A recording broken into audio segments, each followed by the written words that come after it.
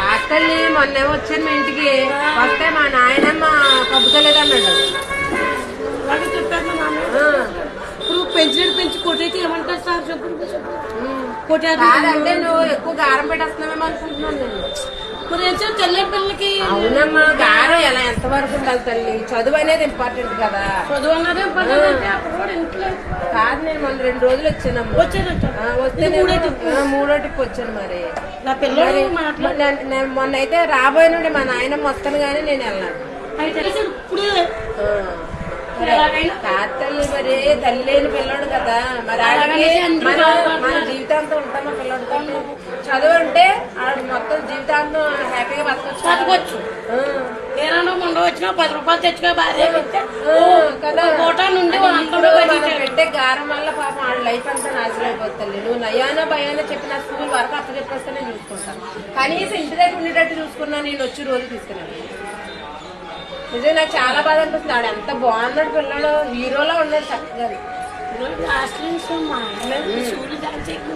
హాస్టల్లో ఇవ్వకూడదులే తల్లి. తల్లి లేదు, ఇప్పుడేమో హాస్టల్ ఎంత ఏదో బెంగ కింద ఉంటాడు కదా. ఇక్కడ ఉంటే నలుగురు మధ్యలో ఉంటే కొంచెం హ్యాపీగా ఉంటుంది. అలాగే అన్నాడు నానమ్మ, నేను అక్కడికి వెళ్ళలేను ఇక్కడ జాయిన్ చేసి రోజుకి వెళ్తానన్నాడే.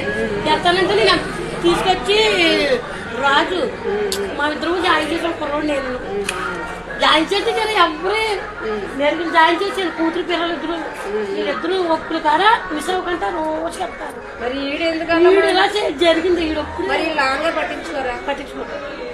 నాకు సంబంధం లేదంటాడు. ఇదేంటి నాకు సంబంధం లేదు, నాకు సంబంధం లేదు. మా బిడ్డలు పిల్లల కోసం తండ్రికి బాధ్యత ఉండాలి.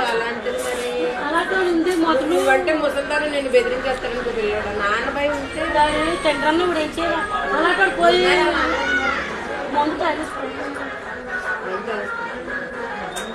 అలా తల్లిదండ్రులు పట్టించుకుంటే పిల్లలు ఇలాంటి పోయి అలాంటి ఉన్నా చదివించుకున్నాను. నాటోళ్ళు పెంచినట్టు పెంచి ఎదుగుతూ కొట్టడం చూడమ్మా కొట్టమ్మా నెరుగులో యాపితే పడలేదు. అంటే ఇల్లు వాళ్ళు అంటున్నారు కదా, ఇల్లు వాళ్ళు ఏదో అంటానే ఉంటారు. వాళ్ళ మాట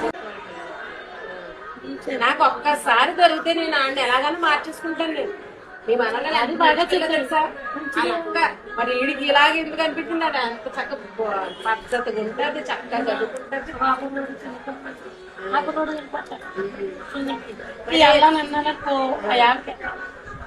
వీడు వెళ్ళిపోయి ఎన్ని గంటలకు వస్తాడు?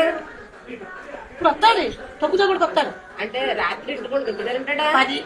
రాత్రి 10 గంటలకు వస్తాడా? 10, 9:30కి.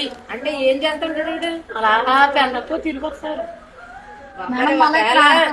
అలా వదిలేస్తే వాళ్ళు ఒకవేళ ఏ బ్యాడ్ హ్యాబిట్స్ అన్ని వచ్చాయనుకో, అంటే అలా వదిలేసిన పిల్లలు దొంగతనాలు చేయడం ఇటువంటి పిల్లలు చేస్తారు. అలాగే అంత వదిలేస్తే మరి ఎలా తల్లి? మరి మేడం మనం చెప్పలేము మా పిల్లలకి. ఇన్ని పిల్లలకి చెప్పగలరు కానీ వెళ్ళలేని పిల్లలకి ఎంచేపైన ఇలా ఇప్పుడు పట్టుకోగలరు. చెప్పమ్మా నాకు అప్ప చెప్పేస్తాను. నేను మార్చేస్తాను. ఒక్క రోజు కనబడితే చాలు. కొంచెం చెప్పుందాక టిప్పు కొత్త డబ్బులకి నేను నచ్చేతాను. ఎవరన్నా పౌరేస్తాను. నువ్వు బాబా ఎవరు మామూలుగా మీరు పక్కన ఉండి జగన్ మామూలుగా ఉన్న వాళ్ళు అవ్వండి అట్టుకుంటా చేకప్ చెప్పేస్తాను. నేను అలా చేతనం ఇవ్వాలా? సరే తల్లి, నేను 2 పిల్లలు పంపుతాను.